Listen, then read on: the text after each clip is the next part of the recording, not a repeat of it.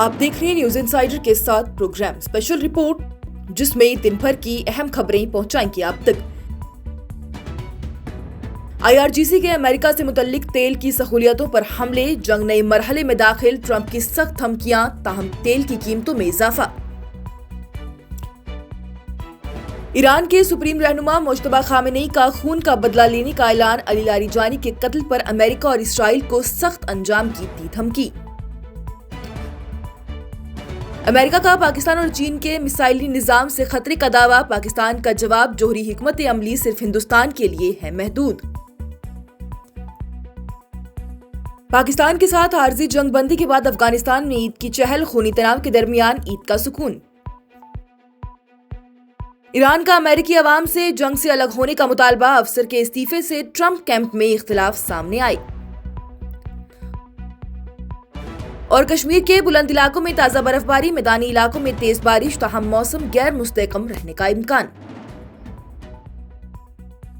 इस प्रोग्राम को आप तक पहुंचाने में हमारे साथ ताउन किया है ग्लोबल इनोवेशंस कंसल्टेंसी ने, जो कि तालीम के लिए वादी का भरोसेमंद ब्रांड है। स्टार हॉस्पिटल सनत नगर श्रीनगर ने, जहां दुनिया के बेहतरीन डॉक्टर्स हर मर्ज का शफा बख्श इलाज करते हैं। सैंसोकीजर, जो कि सर्दी के मौसम में गर्म पानी के लिए जम्मू कश्मीर के लोगों का भरोसेमंद ब्रांड है, जहां दुनिया के बेहतरीन डॉक्टर्स हर मर्ज का शफा बख्श इलाज करते हैं।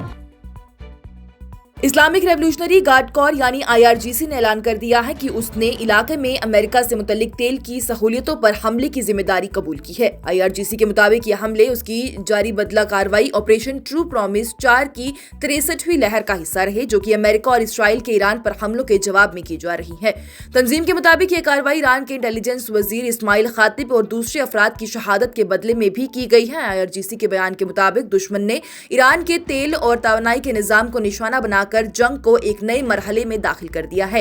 उन्होंने कहा है कि ईरान पहले ही जंग को तेल की सहूलियतों तक फैलाना नहीं चाहता था और न ही हमसाया मुल्कों की माशियत को नुकसान पहुंचाना चाहता था, लेकिन अब अपनी हिफाजत के लिए मजबूरन अमेरिका से जुड़ी हुई तवानाई की जगहों पर जवाब देना जरूरी हो गया है।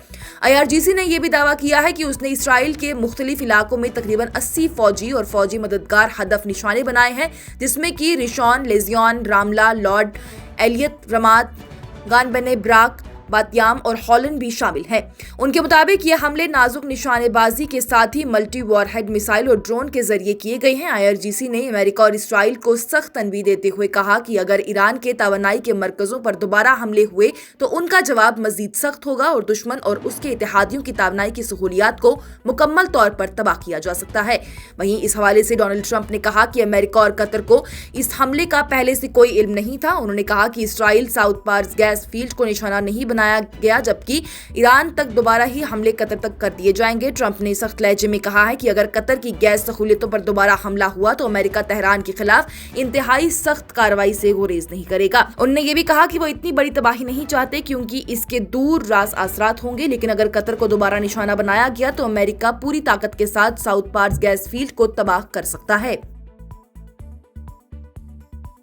ईरान के सुप्रीम रहनुमा मुज्तबा खामेनेई ने अमेरिका और इसराइल को सख्त तनबीह देते हुए कहा है कि ईरान के कौमी हिफाजती सरबराह अली लारीजानी के कत्ल का बदला लिया जाएगा और हर कतरा खून की कीमत अदा करनी होगी। अपने बयान में उन्होंने कहा कि जो भी लोग इन शहीदों के कातिल हैं वो जल्द ही अपने अंजाम को पहुंचेंगे। ईरान ने बुध के दिन तस्दीक कर दी थी कि लारीजानी ये हालिया की जंग के दौरान ही हलाक हो गए, जो कि अमेरिका और इसराइल के हमलों के बाद जारी रही। मुज्तबा खामेनेई ने कहा है कि ऐसे अफराद का खून बहा देना दुश्मन की दुश्मनी को भी जाहिर करता है, लेकिन इससे इस्लामी निजाम और ज्यादा मजबूत होता है। उन्होंने लारीजानी को इल्म, दूर अंदेशी और हिकमत वाला शख्स करार दिया और कहा कि उन्होंने तकरीबन 5 साल मुख्तलिफ सतहों पर निजाम की खिदमत की।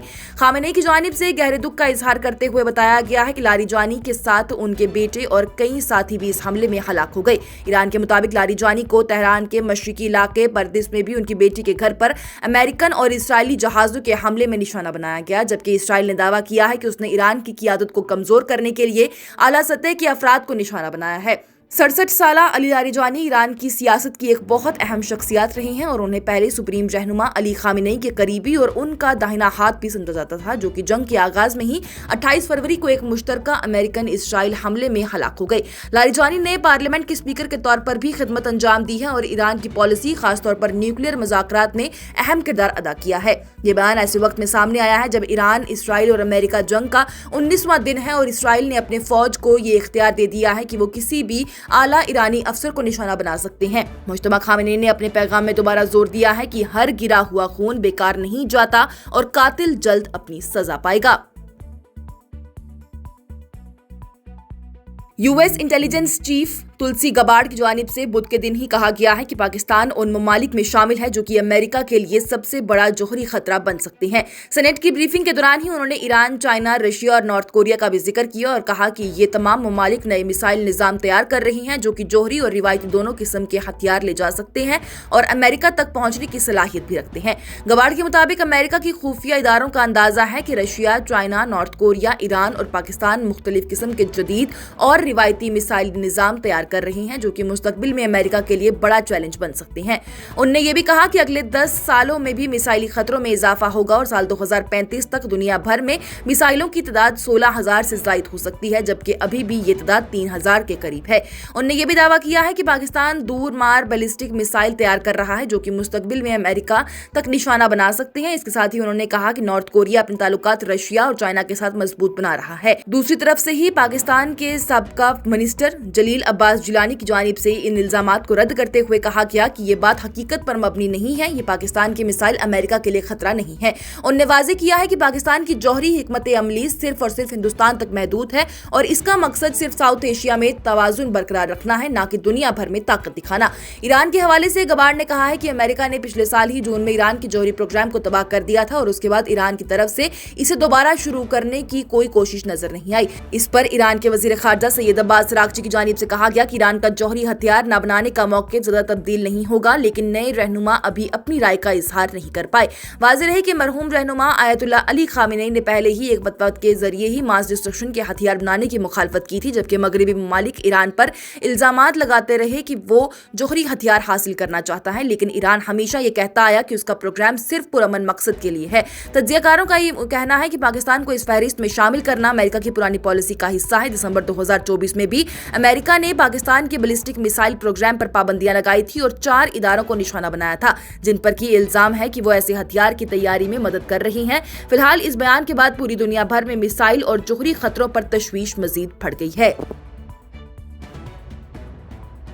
अफगानिस्तान ने बुध के दिन शवाल का चांद नजर आने का ऐलान कर दिया, जिसके बाद से जुमेरात यानी आज ईद उल फितर मनाई जा रही है। हुकूमती तर्जुमान ज़बीहुल्लाह मुजाहिद की जानिब से बताया गया कि अफगानिस्तान की सुप्रीम कोर्ट ने फरा, हेलमंद और घोर समेत मुख्तलिफ सूबों में भी चांद की तस्दीक के बाद ही ईद का फैसला कर दिया। ईद के मौके पर हुकूमत ने रिहाई और नरमी के इकदाम के तहत ही 4,596 कैदियों को रिहा करने और 4,407 की सजा में कमी का भी ऐलान कर दिया। इस दफा अफगानिस्तान उन चंद मुल्कों में शामिल हो सकता है जहां पर जुमेरात को मनाई जा रही है, जबकि ज्यादातर मुस्लिम ममालिक जैसे कि सऊदी अरब, यूएई, कतर, कुवैत, बहरीन और तुर्की ने चांद नजर न आने की वजह से जुम्मा 20 मार्च को ही ईद का ऐलान कर दिया है और रमजान के 30 रोजे मुकम्मल कर रही हैं। साउथ एशिया के ममालिक जैसे कि हिंदुस्तान, पाकिस्तान और बांग्लादेश में ईद का इम्कान हफ्ता 21 मार्च को भी बताया जा रहा है। ईद के इस ऐलान के साथ ही पाकिस्तान और अफगानिस्तान के दरमियान चंद दिनों के लिए जंगबंदी का भी ऐलान हुआ है। दोनों ममालिक ने 19 मार्च से 23 मार्च तक लड़ाई रोकने पर इत्तेफाक किया है, जो कि सऊदी अरब, कतर और तुर्की की वसातत की दरख्वास्तों के बाद ही मुमकिन हुआ। पाकिस्तान के वजीर इत्तलात अताउल्लाह तरार की जानिब से कहा गया कि यह फैसला नेक नीयत और इस्लामी उसूलों के तहत किया गया, लेकिन अगर सरहद पर कोई हमला हुआ तो कार्रवाई दोबारा शुरू हो सकती है। अफगानिस्तान की तरफ से भी ज़बीहुल्लाह मुजाहिद ने भी दिफाई कार्रवाइयों को रोकने की तस्दीक की, लेकिन साथ ही कहा है कि किसी भी हमले का जवाब देना कौमी और दीनी फर्ज होगा। ये जंग बंदी उस वक्त सामने आई है जब इस हफ्ते काबुल में एक खतरनाक हवाई हमला हुआ था। अफगान हुकाम के मुताबिक 16 मार्च की रात ही शब कदर से पहले पाकिस्तानी जहाजों ने एक नशा छोड़ने के मरकज पर हमला किया, जिसमें तकरीबन 400 अफराद हलाक हो गए और 200 से ज्यादा जख्मी हो गए। पाकिस्तान ने इस इल्जाम को रद्द करते हुए कहा कि ये जगह मुसल्लह अफराद का मरकज था। बुध के दिन ही जनाजों की नमाज और दफन का अमल भी जारी रहा, जहां पर अफगान रेड क्रिसेंट का राजकार जनाजों को कब्रिस्तान ले गया। वजीर दाखिला सिराजुद्दीन हक्कानी ने भी हलाक होने वालों को बेगुनाह करार देते हुए बदला लेने की धमकी दी, लेकिन साथ ही कहा कि मसला हल करने के लिए बातचीत को तरजीह दी जाती है। ایران کی جانب سے کہا گیا کہ وہ ہر امریکی شہری اور افسر جس کا بھی ضمیر زندہ ہے اسے ایران کے خلاف جاری امریکہ اور اسرائیل کی فوجی جاری حد سے الگ ہونے کا اعلان کرنا چاہیے۔ ایران کی وزارت خارجہ کے ترجمان اسماعیل باغئی نے اس بات کا اظہار اس وقت کیا جب امریکہ کے اعلیٰ افسر جوزف کینٹ نے اس جنگ کے خلاف احتجاج کرتے اپنے عہدے سے استعفیٰ دے دیا۔ جوزف کینٹ جو کہ ٹرمپ حکومت میں national centre for counter terrorism کے ڈائریکٹر تھے، اس نے سوشل میڈیا پر لکھا کہ وہ اپنے ضمیر کے مطابق ایران کے خلاف جنگ کی حمایت نہیں کر سکتے۔ اس پر رد عمل دیتے ہوئے باغئی نے کہا ہے کہ یہ جنگ امریکی عوام کی جنگ نہیں اور اس غیر قانونی جنگ کی مخالفت کرنا ہر ضمیردار امریکی کا بنیادی فرض ہے۔ انہوں نے کینٹ کے اس بیان کو بھی شیئر کیا ہے جس میں کہا گیا ہے کہ ایران نے امریکہ کے لیے کوئی فوراً خطرہ پیدا نہیں کیا بلکہ یہ جنگ اسرائیل اور اس کے طاقتور امریکی حمایتی گروہ کے دباؤ کی وجہ سے شروع ہوئی۔ رپورٹس کے مطابق کینٹ کا استعفیٰ اس بات کی نشاندہی کرتا ہے کہ ڈونلڈ ٹرمپ کی سیاسی جماعت کے اندر بھی اس جنگ پر اختلافات بڑھ رہی ہیں اور ایران پر حملے کی وجہ پر ہی سنجیدہ سوالات بھی کھڑے ہو رہی ہیں۔ ٹرمپ نے مختلف موقعوں پر بھی حملوں کی مختلف وجوہات بیان کی ہیں اور اس بات کو بھی رد کر دیا ہے کہ اسرائیل نے امریکہ کو مجبور کیا۔ اس سے پہلے امریکہ کے اسپیکر مائک جانسن نے بھی اشارہ دیا تھا کہ وائٹ ہاؤس سمجھتا تھا کہ اسرائیل اپنی طرف سے کارروائی کرنے کے لیے تیار ہے، جس کی وجہ سے ٹرمپ کے لیے فیصلہ مشکل ہو گیا۔ واضح ہے کہ امریکہ اور اسرائیل کی فوجوں نے 28 فروری کو تہران سمیت ایران کے مختلف مقامات پر مشترکہ حملے کیے تھے، جس کے بعد سے ایران کی فوج نے بھی جوابی کارروائی کرتے ہوئے اسرائیل کے قبضے شدہ علاقوں اور علاقے میں موجود امریکی اڈوں پر میسائل اور ڈرون حملے شروع کر دیے۔ اور گلمرگ اور سونمرگ سمیت کشمیر کے بلند علاقوں میں تازہ برف باری ہوئی جبکہ میدانی علاقوں میں تیز بارش ریکارڈ کی گئی۔ حکام کے مطابق گلمرگ اور سونمرگ دونوں جگہوں پر برف باری سلسلہ وار جاری رہی اور گلمرگ میں پچھلے دن سے تقریباً 5 سے 6 انچ تک نئی برف جم گئی ہے۔ اس کے علاوہ کشمیر کے دوسرے بلند علاقوں جیسے کہ پیر کی گلی، مغل روڈ، شوپیاں، رازدان ٹاپ، گریز بانڈی پورہ اور سادنا ٹاپ جو کہ کپواڑہ میں بھی ہے، وہاں پر تازہ برف باری ہوئی۔ وادی کے اکثر اوپرلے علاقوں میں اتوار سے ہی رک رک کر برف باری کا سلسلہ جاری رہا تھا۔ اس کے برعکس سری نگر سمیت میدانی علاقوں میں تیز بارش ہوئی جس کی وجہ سے درجہ حرارت میں کمی آئی ہے اور سردی میں اضافہ محسوس کیا جا رہا ہے۔ محکمہ موسمیات کے مطابق 20 مارچ تک موسم غیر مستحکم رہنے کا امکان ہے، جہاں پر مختلف علاقوں میں ہلکی سے درمیانی بارش یا پھر برف باری جاری رہ سکتی ہے۔ چناب وادی کے بلند علاقوں اور ساؤتھ کشمیر کے کچھ جگہوں پر زیادہ برف باری کا بھی امکان ہے۔ محکمے کی جانب سے بتایا گیا کہ 21 سے 24 مارچ کے درمیان عام طور پر موسم خشک رہنے کی توقع ہے، لیکن 23 مارچ کو کچھ مقامات پر ہلکی بارش یا برف باری ہو سکتی ہے۔